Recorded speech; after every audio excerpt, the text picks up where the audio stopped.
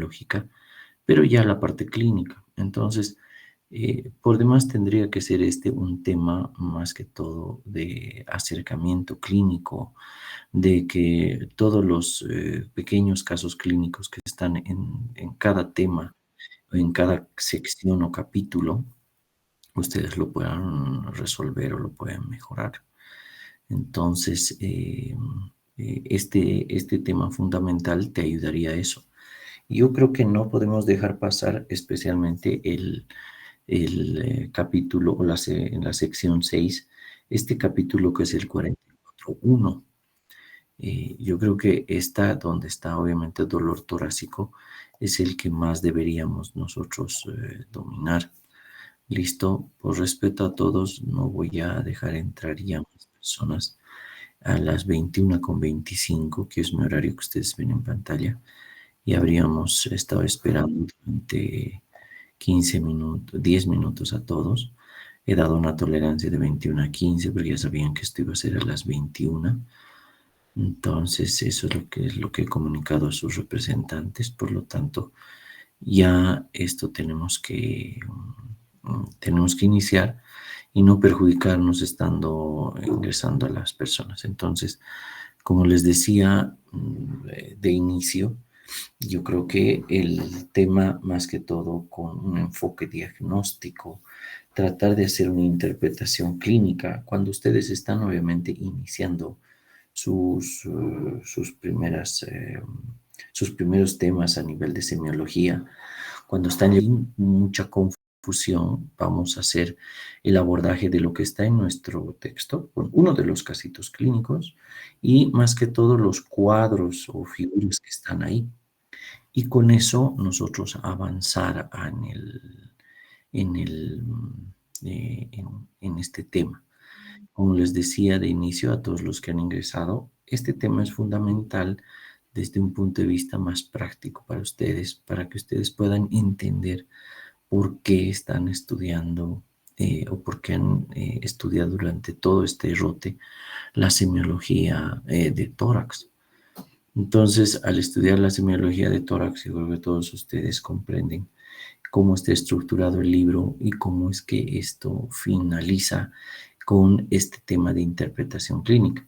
Uno es el dolor torácico y otro es el derrame pleural. El derrame pleural obviamente les voy a dejar a ustedes, sino antes darle algunos tips de lo que están estudiando, pero me voy a dedicar en esta por el tiempo y para no aburrirlos durante mucho, una larga sesión, donde su día ya es cansador, el mío también. Entonces ustedes ya deben estar también cansados como para estar asimilando muchos temas. Pero como les decía, empezamos ahorita, máximo unos 25 minutos espero, ¿sí? Y vamos a ver esto de la interpretación y enfoque diagnóstico del paciente con dolor torácico. Entonces, esta es mi única diapositiva fea aquí, donde está llena de letra, pero que en la introducción del libro nos muestra, obviamente, que el paciente con dolor de tórax es motivo frecuente de consulta. Y obviamente, si es un motivo frecuente de consulta, es porque existen muchos pacientes que acuden a todas las unidades, ya sea unidades de emergencias, a las unidades a las unidades de consulta externa también, para indicar que tienen obviamente dolor torácico. Y como obviamente es un motivo frecuente de consulta, mayormente tenemos que ver que hay causas benignas y hay causas psicógenas. Por suerte, esta es la gran mayoría de causas por las que viene o acude un paciente con dolor torácico. Las causas benignas, que son la mayor cantidad, son dolores especialmente de la pared del tórax, ¿sí? La mayoría son dolores osteomusculares, lesiones en articulaciones, lesiones que obviamente tienen que ver con los nervios intercostales. Entonces, son causas benignas en general porque obviamente se pueden resolver y no comprometen la vida del paciente. Otro punto fundamental son estas causas, que son las causas psicógenas. Muchos pacientes que obviamente vienen o te indican que existe dolor torácico es porque tiene causas de tipo psicógeno. Hay, por ejemplo, síndromes ansiosos muy intensos, el síndrome de ansiedad generalizada, algunos lo van a ver en algunos textos, donde el paciente por la crisis de ansiedad que sufre debido a un problema que tiene en su vida diaria, ya sea en el hogar, en su trabajo, en el lugar de estudio, el colegio, no sé, donde se desenvuelven, provoca dolor torácico. Entonces, ese dolor torácico provocado obviamente se debe a muchas causas, entre lo que vive el paciente en ese momento, y obviamente que no son, tampoco comprometen la vida, pero aparentan pues tremendas emergencias por cómo llega el paciente. Entonces, lo más importante para nosotros cuando hemos aprendido cómo llega el paciente con dolor torácico a una unidad de emergencias o a la consulta, es que nosotros tenemos que ver el enfoque diagnóstico. Y este enfoque diagnóstico como objetivo fundamental es que debemos descartar patologías que comprometan la vida del paciente. Entonces ahí estará obviamente el infarto agudo de miocardio, la embolia pulmonar, la disección aórtica, el taponamiento cardíaco y neumotórax. Si ustedes ven este listado que está obviamente en el libro, que está explicado como causas frecuentes, más o menos en el resumen que vamos a dar en los cuadritos, ¿sí? Este es el orden de las causas más comunes. Probablemente lo último que vemos en unidades de emergencia es el taponamiento cardíaco y el neumotórax. Pero lo más común que deberíamos aprender a descartar es un infarto y una embolia pulmonar. Entonces, probablemente estas son las causas más frecuentes, especialmente en nuestro medio. No quiere decir que estas otras no las tengamos, pero sí, obviamente son parte de la literatura, pero estas probablemente en nuestro medio las más comunes y las que ustedes, al nivel que ustedes tienen, deberían tratar siempre de tener en cuenta para el diagnóstico. Entonces, ustedes habrán visto que existe esto bueno, en nuestro libro base, ¿no? En nuestro libro base está como anamnesis, ¿sí? Porque eso es lo principal que nosotros debemos iniciar para el proceso diagnóstico. Y es que si no iniciamos con la anamnesis, nosotros no podemos llegar al diagnóstico correcto. Entonces, para el diagnóstico, cuando estamos elaborando la historia clínica, probablemente en la anamnesis ya nos salen o nos saltan estas causas, ¿sí? Aquí tenemos dos cuadros fundamentales. El cuadro 44, le voy a poner 1 y 44, 2, ¿sí? Entonces, aquí están las causas frecuentes de dolor torácico, ¿sí? Que obviamente a nivel de tórax hay dolores que se originan a nivel cardiovascular, pulmonar, ¿sí? Que son los que netamente son de origen intratorácico. Pero hay otras causas que pueden ser debidas a nivel gastrointestinal y de la pared, como las musculoesqueléticas, cutáneas, mamarias y, ¿por qué no?, como decíamos, las psicógenas, ¿sí? Si empezamos, como dice acá, las causas más frecuentes, las psicógenas, como les decía, el trastorno de ansiedad y angustia es uno de los que más trae a consulta a los pacientes, ¿sí? El por qué, pues, como les había estado explicando, ¿sí? Entre las causas psicógenas, la ansiedad y la angustia, genera en ese momento a los pacientes hiperventilación, ¿sí? Y en muchos casos esto ha iniciado con fenómenos depresivos en estos pacientes. Problemas de depresión, trastornos que ya están durante varios años, incluso están en tratamiento, abandonan tratamiento, vienen algunos problemas un poco más agudos causando hiperventilación y que estos trastornos de ansiedad y angustia se transforman en un intenso dolor de tórax, que para el paciente es igual muy insufrible y que obviamente tienen hasta una sensación de muerte. Y para ellos ese dolor es totalmente real. ¿Listo? Ahora, como menciona ahí en su en la leyenda de este cuadro, ustedes ven que pueden comprometer la vida con un asterisco. Y dos, la distensión del ángulo esplénico del colon puede producir un dolor similar al anginoso, dice, ¿no? Si nosotros vemos, por ejemplo, estas, las que están con el asterisco, sí, son las que comprometen la vida, como habíamos dicho en las cardiovasculares, la cardiopatía isquémica, en la disección aórtica y el aneurisma de aorta de tórax. Y la embolia pulmonar son causas muy frecuentes de dolor torácico que compromete la vida del paciente. Y acá, obviamente, todo lo que nosotros tenemos de causa gastrointestinal, ¿sí? Que puede ser por órganos intratorácicos, como todo lo que se compromete al esófago, ¿sí? Y, ¿por qué no, fuera del tórax, lo que no está en la caja torácica, pero pertenece al aparato gastrointestinal o digestivo, la úlcera péptica, las pancreatitis, enfermedades biliares? Y obviamente estos síndromes del ángulo esplénico, que son muy poco comunes, pero que están relacionados incluso con algunos cólicos intensos a ese nivel del ángulo esplénico y que pueden generar dolor torácico intenso, ¿no? Entonces, ahí obviamente verán todas las causas que nos dan obviamente dolor torácico. Y estas que pueden ser fundamentales, que son las musculoesqueléticas.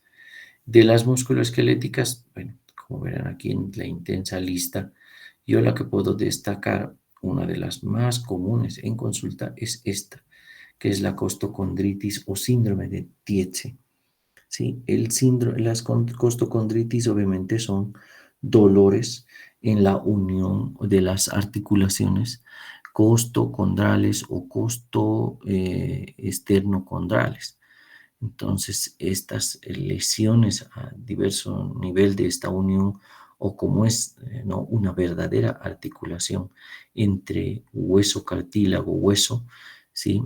Sufren obviamente lesiones crónicas y que por lesiones traumáticas y no traumáticas provocan dolor y que obviamente son igual de intensas y provocan que los pacientes acudan a consulta. Entonces, este cuadro nos permite cumplir con todas las causas que nosotros podamos encontrar eh, en, como dolor torácico. Ahora, obviamente para nosotros en este momento, para ustedes, difícil decirles, bueno, memoricen todo este cuadro y pregunta de examen, ¿no? Lo ideal para nosotros es que en el transcurso del tiempo que ustedes tengan de su formación vayan asimilando que estas son las causas del dolor torácico. Entonces, cuando lleguen ya a ver pacientes, ustedes sepan que existen varias causas y que y que tienen que prestar atención mucho a lo que les diga el paciente en la descripción semiológica de su dolor, desde el inicio del dolor o la molestia, los síntomas acompañantes, etcétera. Para eso ya les han enseñado seguramente en dolor un mnemotécnico que se utiliza a veces que es Alicia, ¿no? Ustedes aprenden y que obviamente nos va a ayudar en la anamnesis mucho a dirigir la probabilidad del dolor, de dónde se origina. Ahora, por otro lado, ustedes verán que este otro cuadro, el cuadro 44.2, es mucho más serio.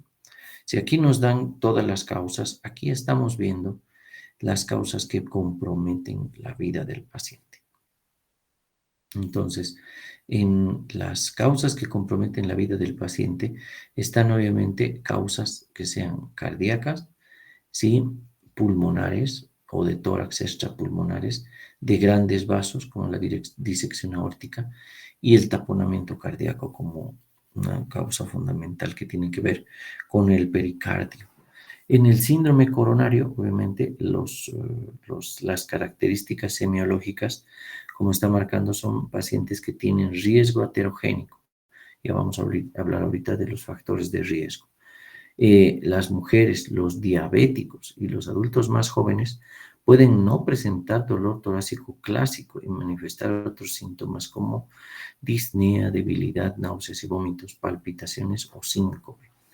Entonces, el síndrome coronario, que nosotros podemos ver como un dolor muy clásico, ¿sí?, un dolor opresivo en región precordial que se dirige o que se irradia hacia la región anterior del brazo izquierdo, hacia la raíz, región axilar o hacia el cuello, incluso la cara o la región, el ángulo inferior de la mandíbula.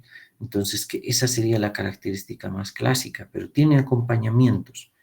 Eso vamos a ver enseguida, para que obviamente nosotros digamos, esto es más que todo un síndrome coronario agudo. Entonces, lo que menciona aquí el texto es algo fundamental, que yo había hablado un poquito con mis estudiantes en prácticas, ¿sí? En mujeres, en diabéticos y en adultos más jóvenes, este dolor de pecho o este dolor torácico no es clásico. Eh, Tachemos un poquito mujeres y adultos más jóvenes, ¿listo? Nos quedemos con esta para el aprendizaje, para no confundirnos, ¿sí? El dolor de un infarto, de un síndrome coronario, en los diabéticos está alterado por la lesión fisiopatológica que provoca el azúcar como un agente tóxico a los nervios y por lo tanto, obviamente, a nivel de los nervios que obviamente conducen el dolor del miocardio, de las coronarias y demás a nivel torácico, están alterados. Entonces, el dolor no es típico. Por eso es que esta alteración hay que prestar atención porque cualquier dolor entre tórax y abdomen en un paciente diabético hay que tener mucho cuidado porque los síntomas que incluso pueden parecer de origen gastrointestinal, en realidad puede ser un infarto. ¿Qué es lo más interesante que plantea el libro? Te está indicando cómo debería ser tu abordaje, ¿sí? Desde ahora.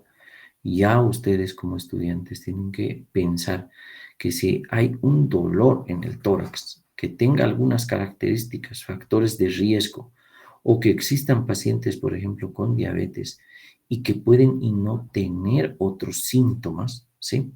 Como por ejemplo la disnea, debilidad, náuseas, vómitos, palpitaciones o síncope, o la famosa diaforesis, ¿no? Esa transpiración en la frente, en la cara, en el pecho, puede que tenga un origen de tipo cardiogénico, ¿sí? Que sea obviamente una patología a nivel coronaria y que nos dirija. Estos, los síntomas acompañantes que están acá, son muy clásicos del dolor de este tipo de síndrome coronario, no solo el dolor que había descrito. Entonces, como decía, para ustedes, ¿qué es lo que tienen que ya meterse en la cabeza de ver en un futuro cuando tengan pacientes de este tipo? Lo primero, realizar un examen clínico muy profundo, una anamnesis y una historia clínica muy detallada, ¿sí? Y con eso los exámenes complementarios.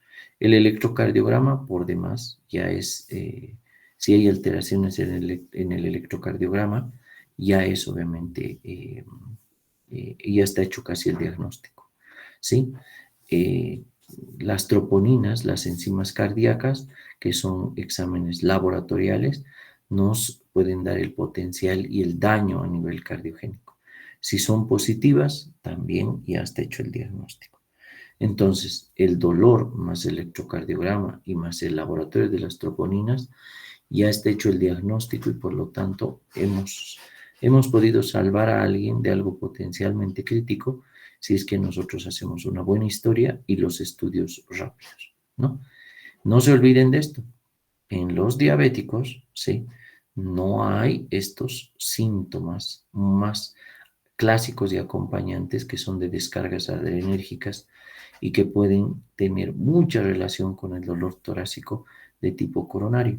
Y que obviamente, si es que tenemos este tipo de pacientes, tenemos que inmediatamente hacer estos estudios. Entonces, con un electrocardiograma de troponinas y obviamente rayos X, ya tenemos el diagnóstico. Entonces, ya aquí incluso les están dando cuál es el tratamiento que nosotros deberíamos iniciar, ¿no?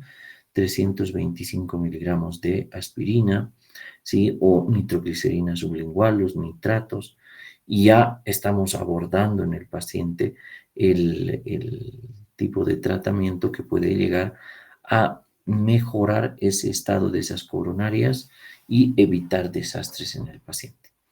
En los otros es mucho más fácil, ¿sí?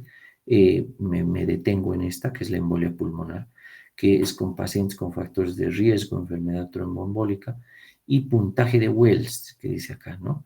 Véase cuadro 3610-2. Entonces aquí verán que hay un cuadro en temas anteriores a este, que donde hay una escala, que es la escala de Wells, donde marca a través de un puntaje el riesgo leve, moderado o alto para presentar enfermedad tromboembólica. Entonces, si hay pacientes que cumplan con esos criterios, ¿sí? Es lo más seguro que hay una embolia pulmonar, ¿sí? Y aparte de que existan estos criterios, que existan síntomas de trombosis venosa profunda en los miembros inferiores, ¿sí? Mayormente la trombosis venosa profunda en estos pacientes se ve como un edema solo unilateral. No hay trombosis bilaterales. Gracias a nuestra naturaleza probablemente eh, casi nunca he visto un paciente que tenga trombosis venosa profunda en ambos miembros inferiores. Mayormente es unilateral, es muy dolorosa, hay edema, la piel a veces brilla un poco, cambia de coloración, ¿sí? Como la flegmasia alba dolens o la que vuelve obviamente a la pierna de color más blanquecino o pálido y la que transforma la coloración más rojiza. Entonces, esos son los síntomas de trombosis venosa profunda, ¿sí? Un edema unilateral que se apoya en este puntaje de Wells. Si alguien, por ejemplo, no, después de leer esto, no revisa, yo creo que se va a quedar siempre con dudas para ver lo que es este puntaje y en qué consiste estos criterios. Entonces, cuando uno tiene en cuenta que hay factores de riesgo y hay trombosis venosa profunda, esta enfermedad que es potencialmente crítica y puede comprometer la vida, si no lo diagnosticamos de manera rápida, empezamos a tratar hasta esos miembros inferiores. Muchos médicos confunden con infecciones, con una celulitis, con edema del miembro inferior y les dicen, ah, sí, es por su vaso, por sus varices, ¿no? Entonces, si no llegamos al diagnóstico de trombosis venosa profunda y no solicitamos una ecografía Doppler de los miembros inferiores, no llegamos al diagnóstico final. Si la ecografía Doppler es positiva y hay datos de trombosis venosa, y la clínica manda para que sea embolia pulmonar, entonces ya está hecho el diagnóstico. Y por último, cuando ya sospechamos clínicamente, sacamos ecografía Doppler y es positiva, lo que resta es hacer sí o sí una angiotomografía pulmonar, ¿sí? Con la angiotomografía pulmonar ya está hecho el diagnóstico. Como verán, aquí en estas causas de dolor nos plantea el hecho más difícil, las características clínicas, los exámenes que deberíamos hacer. Estos otros ya mucho más fácil para que ustedes puedan repasar. En los factores de riesgo, para explicar estos factores de riesgo, perdón aquí por la mala escritura, ¿sí? Como dice obviamente su texto, entre la edad, el sexo y otros factores de riesgo existen obviamente factores de riesgo potencialmente aterogénico. Aterogénico para desarrollar enfermedad cardíaca o coronaria o disección aórtica. Entre ellos obviamente tenemos que tener en cuenta que hay los antecedentes heredofamiliares de que hay enfermedad coronaria en la familia, de que la mamá o el papá han muerto de enfermedad cardíaca, de infartos, ¿no? De que hay antecedentes o en el paciente existen problemas de lípidos en la sangre, ¿no? Como las dislipidemias. Hay hipertensión arterial, ¿sí? Hay tabaquismo, hay diabetes, hay obesidad androide y visceral, ¿sí? La obesidad androide es obesidad que es más a nivel del abdomen y visceral porque hay aumento del perímetro abdominal, ¿sí? Y esa obesidad nos conduce obviamente a patologías cardiovasculares, el sedentarismo, situaciones de estrés y demás. Entonces, todos estos factores de riesgo que nosotros estamos mencionando acá, ¿sí? Pueden ser o están divididos en modificables, no modificables y erradicables. Esto es algo que se nos tiene que quedar, por eso lo estoy planteando en rojo. Ya tiene que estar en su lenguaje. Ustedes, como están aprendiendo nuestro lenguaje médico a través de la semiología, tiene que quedarse para nosotros que para la enfermedad cardiovascular, ¿sí? Existen obviamente factores de riesgo que son modificables, no modificables y erradicables.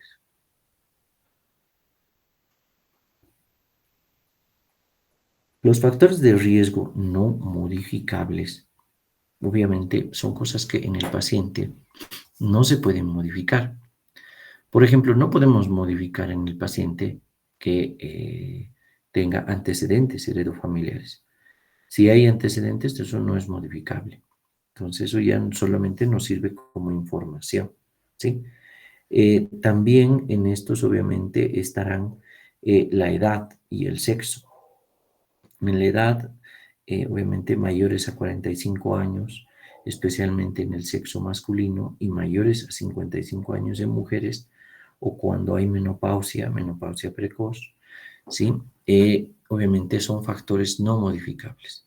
Entonces, nosotros este factor como la edad, ¿sí? No lo podemos modificar, por eso es que ya es un factor de riesgo el tener más de 45 años, ¿sí? Y obviamente, si es que ya se llega a la edad de adultos mayores, que son a partir de los 60 años, ¿sí? Ya es mucho menos modificable y mayor riesgo, mayor factor de riesgo para la aparición de enfermedad cardiovascular. Después de eso, obviamente, nosotros tenemos los factores de riesgo modificables.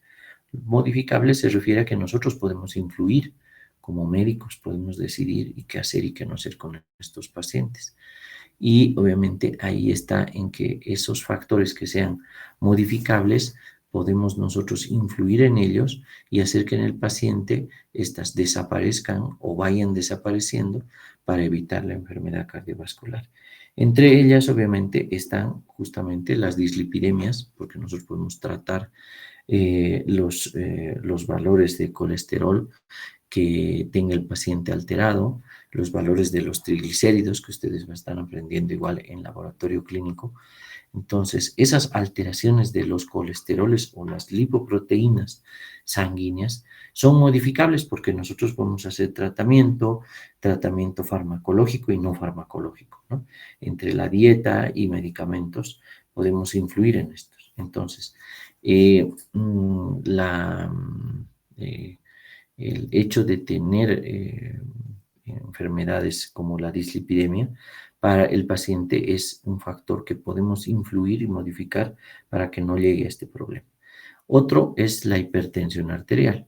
Un factor de riesgo modificable, sí, es la hipertensión arterial. Podemos mejorar el desarrollo de enfermedad coronaria o infarto si es que nosotros mejoramos la hipertensión arterial.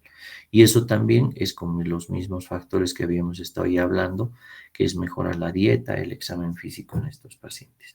¿Listo? La diabetes. ¿Ustedes qué dicen? ¿Es modificable o no es modificable? A ver si alguien está despierto o ya se han dormido. La diabetes, la obesidad, ¿son factores modificables o no modificables? ¿Qué dicen ustedes, doctores? A ver, alguien que esté en sala presente, por favor, para que no parezca que estoy hablando solito.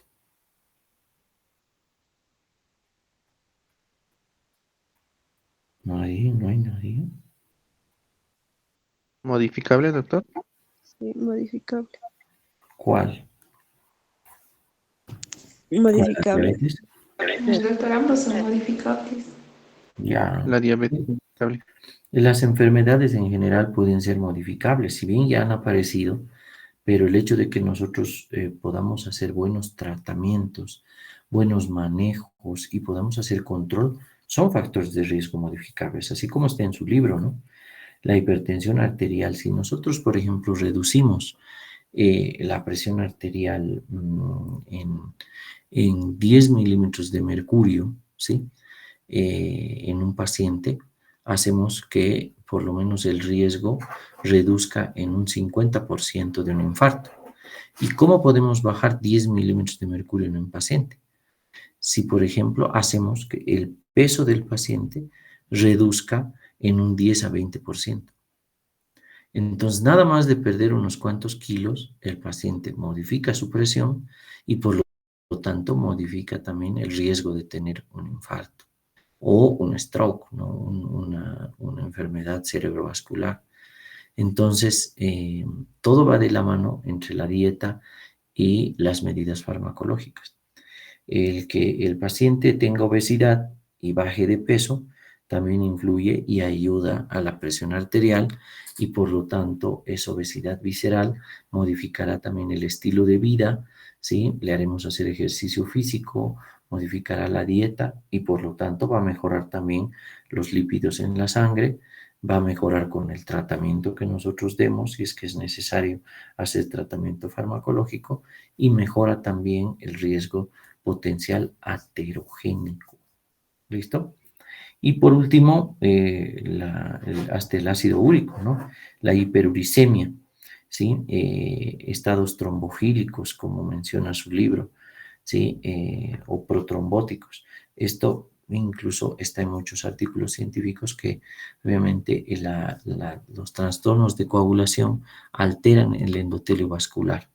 La hiperuricemia, el ácido úrico elevado, también alteran por mecanismos inflamatorios el endotelio vascular, las células que tienen que ver con el endotelio y por lo tanto causan también o son potencialmente aterogénicos. Entonces, como verán, hay un grueso de cosas que nosotros podemos hacer como factores que sean modificables a comparación de los no modificables. Pero me gusta mucho cómo plantea su libro, en su texto, que hay factores de riesgo erradicables, ¿sí? Antes, justamente uno de ellos, el tabaquismo, se le decía solamente que era modificable, pero no olviden que hay muchas leyes ahora que prohíben consumir tabaco, que prohíben fumar en áreas cerradas, ¿sí? A menos que sean áreas donde estén destinadas a fumadores, podría ser, pero incluso eso de destinar áreas a fumadores donde estén cerradas, ya eso se ha desechado. Hace muchos años, cuando yo, por ejemplo, era estudiante como ustedes, muchos, ¿sí? Habían en los cafés lugares para fumadores y lugares para no fumadores. Pero quieras o no, en el mismo ambiente o gran ambiente, ¿sí? De un café, por ejemplo, igual el humo circulaba hacia el lugar donde las personas que no fumaban también estaban inhalando el humo del tabaco. Entonces, por eso es que ahora, mediante ya leyes, no solamente locales, sino a nivel mundial, el tabaco ya se considera un riesgo, no solamente coronario erradicable, ¿sí? Sino también un factor de riesgo para desarrollo de diversos cánceres, entre ellos el cáncer de pulmón, y que obviamente nosotros tenemos que erradicar como parte de nuestro trabajo y labor de prevención y promoción en salud como médicos. Entonces, por eso me gusta mucho esa palabra de factor de riesgo erradicable. Entonces, imagínense un paciente que fuma, por ejemplo, unas 3 o 4 o 5 cajetillas al día, ¿sí? En muchos de ellos hay que eliminar que consuman incluso más de medio paquete. Ya el hecho de bajar a ese consumo, de que no consuman entre 10 o 15 cigarrillos día, ya estamos trabajando en la erradicación del tabaquismo. Y ahí también está la dieta, ¿sí? Es un factor de riesgo erradicable porque nosotros podemos trabajar con nutricionistas, con nuestros conocimientos para mejorar la dieta, ¿sí? Obviamente en el cuadrito no está, y esto está en el libro, pero ustedes estoy seguro que lo van a leer ahora después de que nosotros terminemos la sesión, y con mucho criterio para estudiar para su examen, lo van a llevar hacia la práctica. Entonces, la dieta es fundamental, donde nosotros tenemos que mejorar el consumo de ácidos grasos saturados. He visto, ahí, por ejemplo, hay muchos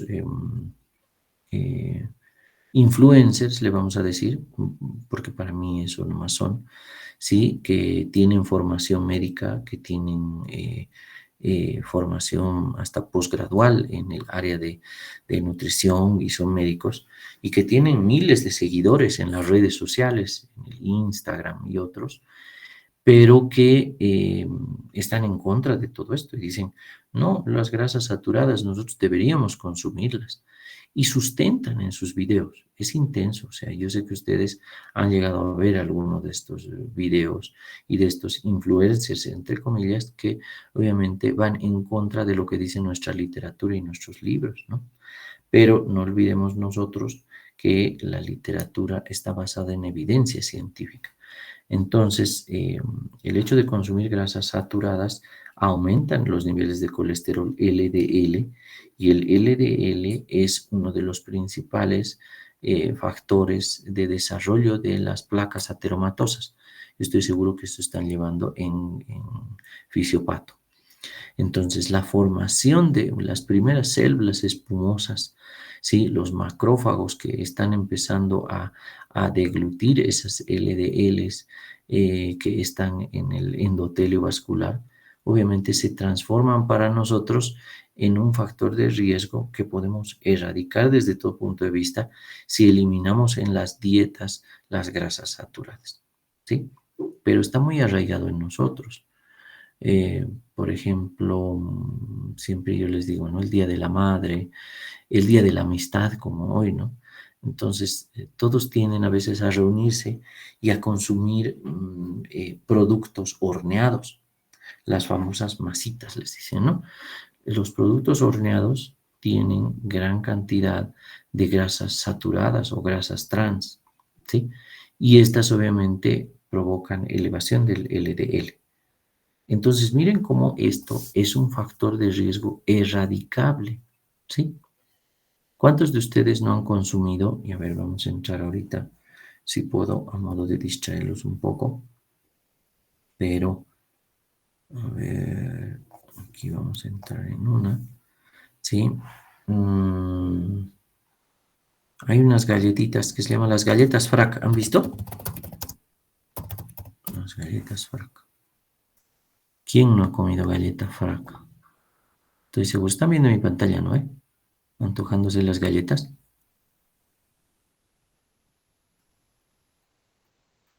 ¿Qué dice aquí, doctores?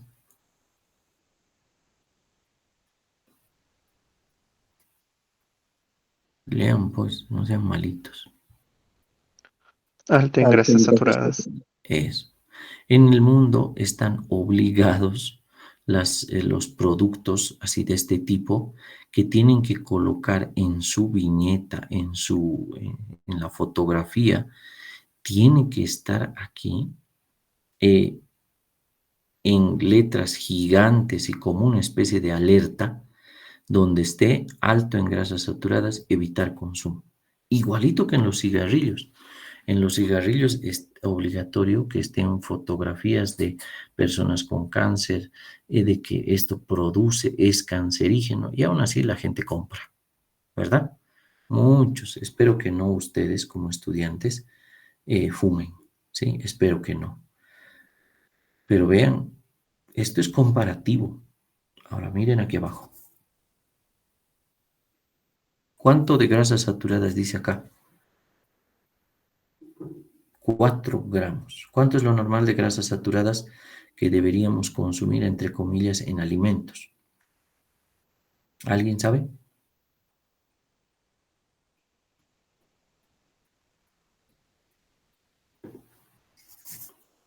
¿Nadie? Le preguntaremos a la inteligencia artificial. Consumo normal de grasas saturadas. El consumo recomendado de grasas saturadas para adultos es de al menos el 10% de las calorías diarias para una dieta de 2000 kilocalorías. Esto equivale a 200 calorías o aproximadamente 22 gramos de grasas saturadas al día. Imagínense, 22 gramos de grasas saturadas al día para una dieta de 2000 calorías o 10%. Estas galletas, sí, como habíamos visto, tiene 20%, ¿sí? En el paquete o la porción de 41 gramos, ¿sí? Porción de 41 gramos, no tienen que comer la mitad de toda la bolsa. Yo estoy seguro que ustedes comen más de la mitad, hasta toda una entera. Entonces miren que ya es 4 gramos de grasa.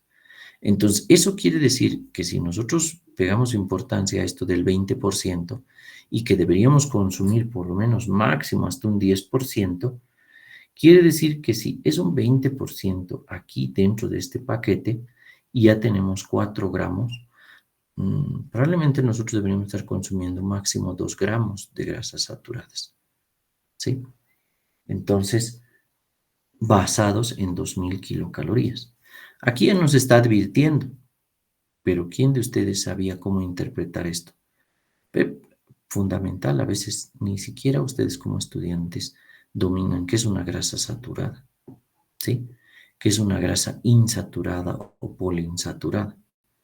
Entonces, ahí radica el grave problema de nosotros como médicos, que no sabemos cómo mostrarle al paciente cuál es el riesgo que nosotros estamos corriendo al consumir alimentos de este tipo, porque todas las galletas habidas y por haber ya tienen esto, ¿sí? Las peores son esas que vienen en unas latas gigantes, que está ahí con peligro. No consumir, no, no deberían consumir, pero la gente compra, ¿no? Día de la madre, día de la mujer. A las mujeres no sé por qué les regalan tantas grasas saturadas. No les gusta,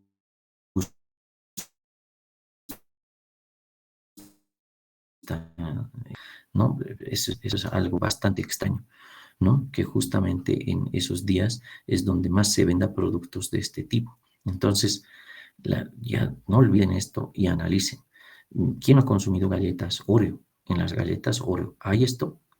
¿Está esto de alto de grasas saturadas? ¿Cuánto de grasas saturadas tiene para el consumo? ¿Por qué vienen en paquetitos de 4 galletitas? ¿Por qué no vienen paquetitos de 10? ¿Por qué no vienen esas tiras largas? ¿Y por qué si vienen, el costo obviamente varía? ¿Por qué no hay en todos los supermercados? ¿Por qué nos venden esos paquetitos de 4 galletitas? ¿Es solo por negocio o es por la cantidad de gramos que tiene y el aporte calórico y hasta sodio que tiene? Vean aquí el aporte de sodio, son 142 miligramos, ¿sí? ¿Cuántos gramos, o sea, gramos en nuestra dieta deberíamos consumir al día de sal y que se transforme en miligramos para subir en nuestra sangre y que eso eleva la presión arterial? Entonces, un déficit que nosotros tenemos a nivel universitario, ¿sí? Es que no tenemos clases de nutrición.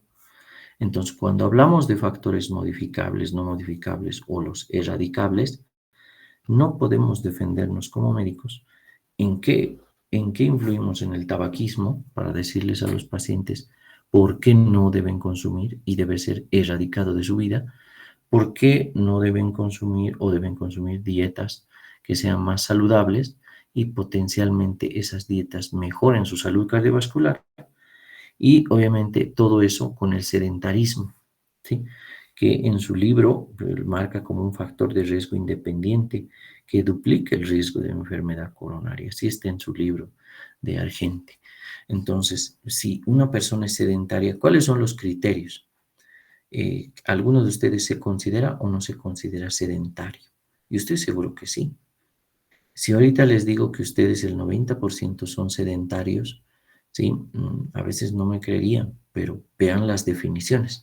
Vean la definición de la OMS-OPS acerca del sedentarismo, ¿sí? Entonces verán que muchos de nosotros, desde que incluso somos estudiantes, ya somos sedentarios, De paso, consumimos malos alimentos y de paso cometemos el peor error en nuestras vidas de fumar. Entonces, yo creo que con esto que estoy explicando les tiene que llamar la atención todo lo que está en el libro y, como les decía, acercar un poco más la parte clínica hacia lo que están aprendiendo en semiología. ¿Listo? Entonces, muy importante. Y con estos ya son los últimos cuadros que nos van a llevar a aterrizar a lo que estamos aprendiendo. Diferencias de dolor y en el tórax, ¿sí? Esto que está en su libro, obviamente, nos marca características específicas que nos están marcando el dolor isquémico, ¿sí? Que es dolor cardíaco, y este no isquémico, que es un dolor no cardíaco, ¿sí? Entonces, cuando hay dolor torácico de tipo isquémico, es constrictivo, quemante, gravativo, ardiente. Es de ardiente, no sé, la verdad no sé si está bien este dolor ardiente, sí, porque el dolor quemante yo creo que ya está bien, pero esto de ardiente, no sé, muy romántico, muy romantizado está estas características del dolor. ¿Listo? Esto yo no lo tomaría en cuenta. En el no isquémico es más dolor sordo, hay dolor en puntada de costado, que es muy característico de su siguiente tema que ustedes ya van a revisar, que es parte de esto, que es el dolor por el derrame pleural, ¿no? Cuando hay derrames pleurales, es muy característico el dolor en puntada de costado, la pleuresía, ¿sí? Y que estos se intensifican con la respiración, ¿sí? Entonces, estos son ya más características de un dolor no isquémico. La localización del dolor paraisquémico retroesternal o máximo epigástrico, ¿sí? Retroesternal, porque obviamente ahí está la ubicación del corazón. La cara que más a veces se afecta es la cara anterior del corazoncito, por eso tenemos las derivaciones precordiales mirando la cara anterior. Pero ¿por qué dolerá el epigastrio? ¿Alguien me puede decir, por favor, de mis estudiantes, de mis grupos? ¿Alguien que esté despierto?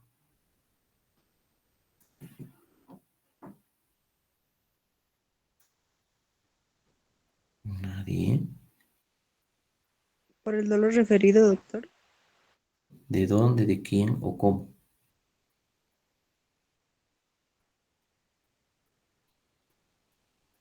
¿Dolor referido de qué?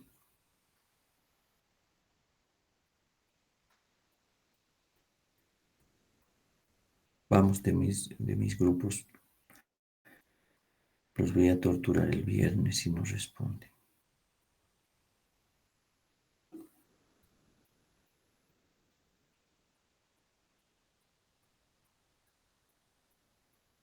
¿Nada? ¿Por qué duele el epigastrio? ¿Qué cara del corazón se está comprometida cuando hay dolor en el epigastrio? La cara inferior. Eso, pues, pero eso responde, pues. ¿Qué te llamas? Estrella. Pinche estrella. Si sabes por qué no respondes. Tienes que decirnos rápido. Esa es la característica. Por eso es que el dolor retroesternal justamente es el dolor más característico del corazón por el daño a la cara anterior, y eso tiene que ver con la irrigación, ¿no? ¿Qué arterias están comprometidas a nivel anterior? Obviamente la cara inferior tiene una irrigación diferente y por lo tanto la cara inferior a veces duele a nivel epigástrico, o sea, duele en abdomen, ¿sí? Y también en el electrocardiograma se ve en lugares específicos, ¿no? En derivaciones, perdón, específicas, ¿sí? Que es D2, D3 y ABF. Entonces, esas se comprometen en el infarto de cara inferior. Por eso ese dolor isquémico puede comprometer cara inferior y obviamente va a doler, como ya una de las compañeras estaba indicando, que hay una irradiación del dolor, que no es obviamente del lugar o en el lugar de origen, sino se presenta a distancia, ¿no? Entonces, Por eso es que estos dolores en epigastrio, especialmente en pacientes incluso diabéticos, vuelvo a repetir, hay que tomar importancia por el lugar. Los no isquémicos, obviamente, duele sobre el hemitórax a la altura de las tetillas a nivel intercostal. Entonces, no hay un dolor interno, sino es en la piel, al tocar, al palpar. Entonces, eso, algo que nosotros palpemos en algún lugar, dolor en el tórax, muy difícilmente tiene un origen de tipo isquémico, ¿no? Porque no hay esa conexión nerviosa. La propagación, como menciona acá, hombros, miembros superiores, muñecas, cuello, mandíbula, y en el no isquémico es hombro homolateral. ¿Sí? En los factores desencadenantes para el dolor isquémico, siempre el ejercicio, la ansiedad, el miedo, el frío, pueden desencadenar dolor torácico.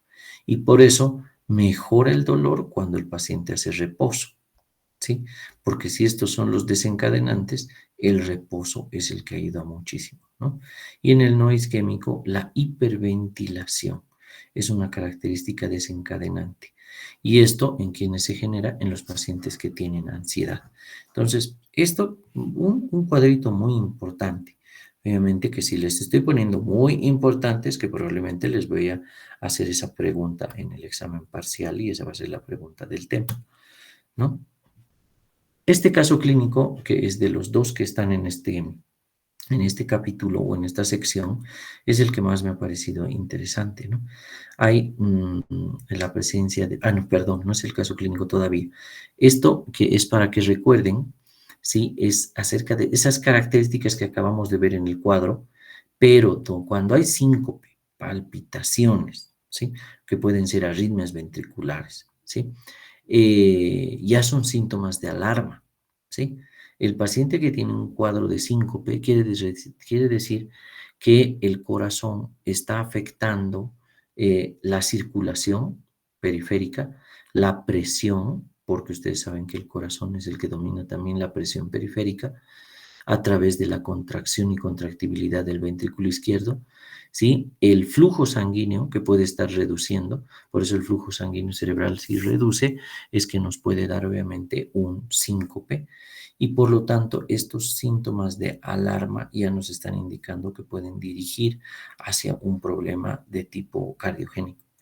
Cuando hay palpitaciones, por ejemplo, por fibrilación auriculares, que es una arritmia cardíaca muy común, debe hacernos pensar, por ejemplo, en los tromboembolismos pulmonares, ¿sí? Las palpitaciones, ¿por qué dirigen a veces la embolia pulmonar? Es porque el corazón está tratando de abastecer, obviamente, la circulación sistémica y como no le llega sangre de manera adecuada porque hay un bloqueo o a través de esos trombos que se han generado, ¿sí? De la arteria pulmonar y hacia todas las ramas o ramificaciones, entonces el corazón trata de mejorar aumentando su frecuencia, provocando palpitaciones. Y en el peor de los casos se generan arritmias cardíacas, porque obviamente hay alteraciones ya del sistema eléctrico del corazón. Entonces es otro, como decíamos, es un síntoma de peligro o de alarma para estos pacientes. Pero en los síntomas psiquiátricos predomina la ansiedad, el pánico, hay antecedentes de depresión e incluso antecedentes ya de somatización. A veces nosotros los pacientes que llegan así, ya los conocemos. Es dolor torácico. ¿Quién ha llegado? Es una señora que... ya sabemos por el apellido, el nombre. Entonces conocemos esos pacientes porque acuden constantemente a las unidades de emergencias por dolor. ¿Listo?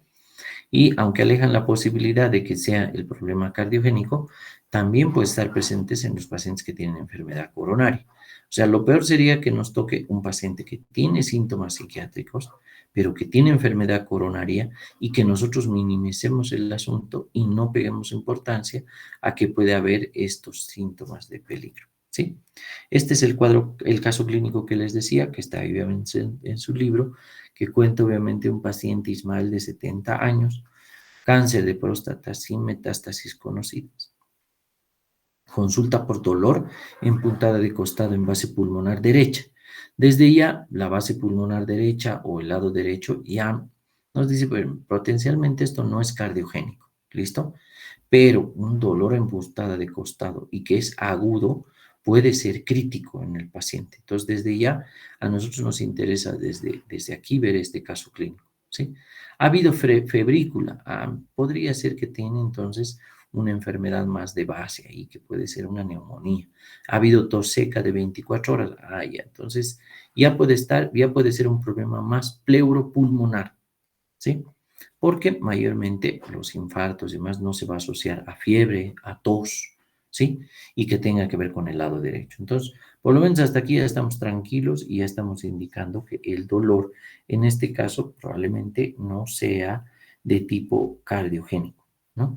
A ver, veamos entonces de qué trata. El examen físico, una presión normal o aceptable, 110/60, buena presión arterial media, pero la frecuencia cardíaca ya está en 100 latidos por minuto. Entonces, ya estamos, tenemos enfrente un paciente con taquicardia. La frecuencia respiratoria ya tiene una leve alteración. La temperatura está con una febrícula, realmente no está en rango de fiebre, pero ya está probablemente está yendo a elevarse, ¿no? Y de paso, ya cuando revisamos los pulmoncitos, hay estertores crepitantes en la base pulmonar derecha. Tiene edema en el miembro inferior derecho. Y ustedes me acaban de escuchar hace un momento cuando he indicado que no es muy común que un solo miembro se edematice. No hay que decir, es hinchazón, que retiene líquido, su riñón es el hígado o el corazón. No, si es un solo lado, ya tiene que hacernos dar cuenta que es. Hasta aquí, muchos, si han prestado atención un poquito, pueden decir, esto puede ser una trombosis venosa. ¿Sí? El miembro inferior derecho se ha trombosado y si se ha trombosado puede ser que haya afectado con una embolia pulmonar, especialmente hacia el lado derecho, y esta embolia pulmonar nos esté causando como si ya tuviera incluso una neumonía. Por eso estoy escuchando crépitos y demás. De paso está taquicárdico, si bien lo bueno es que la presión se está manteniendo lo más aceptable, puede ser algo crítico. Le hacemos electrocardiograma y justo taquicardia sinusal por la frecuencia. El eje está desviado un poco a la derecha, más 120. Entonces quiere decir que hay una alteración igual en el corazón, tanto a nivel eléctrico y estructural. La radiografía de tórax tiene obviamente atelectasias laminares en base del pulmón derecho, ¿sí? Entonces con eso ya tenemos un mayor acercamiento. Infarto no es, por eso no hay datos de un infarto en el electrocardiograma, pero sí está taquicárdico. Entonces, en los estudios de laboratorio, el hematocrito está aparentemente un poco bajo para nuestra altitud, pero si es por nivel del llano está bien. Leucocitos normal, las plaquetas aceptables, el sodio en 135 es normal, potasio normal, creatinina está en el límite superior para ser un varón, está bien. El tiempo de tromboplastina activada 40 segundos, aceptable. Y concentración de protrombina 80%. Aquí ya, entonces hay alteración. Los gases arteriales, sí, nosotros tenemos un pH de 7,48, una leve alcalosis, probablemente es de tipo respiratorio, pero está muy compensado el cuadro, no hay mucha alteración, ¿no? Pero la PaO2 está bajo. Si este libro está hecho para el nivel del mar, esta PaO2 de 64 milímetros. Entonces, si nosotros vemos todo esto, incluyendo la saturación de 90%, 93%, que está obviamente normal, la historia clínica de esta, como está en su libro, es que para nosotros ya hemos sospechado una trombosis venosa profunda, ¿sí? ¿Por qué hay trombosis? ¿Cuál es el factor de riesgo en el paciente? Aquí arriba está, el factor de riesgo fundamental es que el paciente tiene cáncer. En los pacientes con cáncer, el riesgo de trombosis es muy alto, ¿sí? Se triplica en los pacientes de cáncer de próstata. Entonces, aunque no tenga metástasis y demás, nada más el hecho de ya tener cáncer es lo más seguro una trombosis venosa profunda. Entonces, el problema pulmonar puede ser igual desencadenado por la trombosis venosa profunda, que ha hecho embolismo a nivel pulmonar, que eso ya vamos a ir aprendiendo poco a poco, ¿sí? Y que obviamente esa trombosis venosa ¿sí? En el paciente, la trombosis venosa profunda nos ha causado un embolismo pulmonar. Entonces, esa embolia pulmonar, que es obviamente potencialmente crítica en el paciente, nos está dando ya datos de hipoxemia, hipocapnia, ¿sí? Y que nos está dando además para nosotros algo que potencialmente es pregunta de examen para ustedes, que es un síndrome pulmonar, un síndrome físico pulmonar. ¿Alguien me puede decir qué síndrome físico pulmonar tiene su paciente?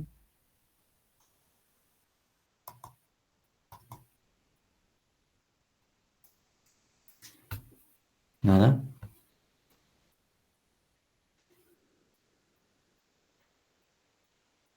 Esa va a ser su pregunta entonces, ¿no? Que está obviamente en su librito, que su síndrome pulmonar obviamente puede ser un síndrome de condensación, pero ese síndrome respiratorio que está teniendo su paciente, el origen es la embolia pulmonar. Entonces, en la radiografía no se ve mucho, pero sí se está auscultando y estamos auscultando crépitos en el pulmón. Entonces, estos casos clínicos que están ahí ya nos están llevando hacia el diagnóstico. Tenemos un síndrome respiratorio, puede ser un síndrome de condensación. La simetría en miembro inferior nos lleva al diagnóstico de trombosis venosa. El antecedente del paciente, el cáncer de próstata. Entonces, por lo tanto, el diagnóstico presuntivo es una trombosis venosa profunda de miembro inferior derecho con un embolismo pulmonar agudo. Entonces, ya son dos cosas fundamentales que obviamente, o dos diagnósticos que solamente hemos sospechado al realizar la lectura y al ver qué es los hallazgos físicos que tiene el paciente. Siempre los laboratorios nos ayudan, por eso dice aquí importante. Entonces, lo que yo creo que ustedes tienen que hacer es ver obviamente, como en este cuadro que les resume, hay algunos signos en el examen físico, ¿sí? Que te orientan hacia un diagnóstico mucho más preciso, ¿sí? Entonces, ahí está obviamente el frote pleural, pleuritis, frote pericárdico, pericarditis, síndrome de condensación, una neumonía, dolor a la palpación condrocostal, un síndrome de Tietze, soplos sistólicos, estenosis aórtica cuando se propaga el cuello, hipertensión arterial, asimetría de pulsos y demás a una disección aórtica, ¿sí? Entonces, ustedes ya estarán viendo que obviamente existe todos estos signos en el examen físico y ya te orientan al diagnóstico preciso. Entonces, para la orientación que tiene, ya podemos ver qué diagnósticos más o menos son. Ya les había marcado que hay diagnósticos mucho más comunes en emergencia. Neumonía, ¿sí? El síndrome de Tietze y el frote pleural para las pleuritis y para los derrames pleurales, ¿sí? Muy comunes. Culminó con esto último, la última diapositiva importante, que es con lo que termina igual toda la letra que está ahí, ya hay electrocardiogramas, ahí está explicando un poco más, incluso tomografía, que eso es para que ustedes lean un poco más, pero ahorita es difícil que yo les diga, bueno, vamos a evaluar eso. Pero creo que esto es muy importante y que resume todo lo que nosotros debemos de hacer, ¿no? Son los flujogramas o algoritmos diagnósticos que nos permiten dirigir en caso de un síntoma preciso como es el dolor precordial y qué es lo que deberíamos hacer. Entonces aquí dice dolor precordial, hacer una buena historia clínica, ver los factores de riesgo y características del dolor para dirigir a que esta tiene factores de riesgo y es dolor más que todo de tipo anginoso, sí. Le hacemos electrocardiograma. Si el electrocardiograma es anormal, ¿sí? Tiene cambios específicos y hay alteraciones que ustedes van a ver, está en el libro esas alteraciones. Hay que llevarlo a este paciente a una unidad de, porque si no vamos a perder tiempo en que se arruine el corazón. A esto había que agregar, obviamente, que necesitamos también las enzimas cardíacas. Si hay anormalidad en el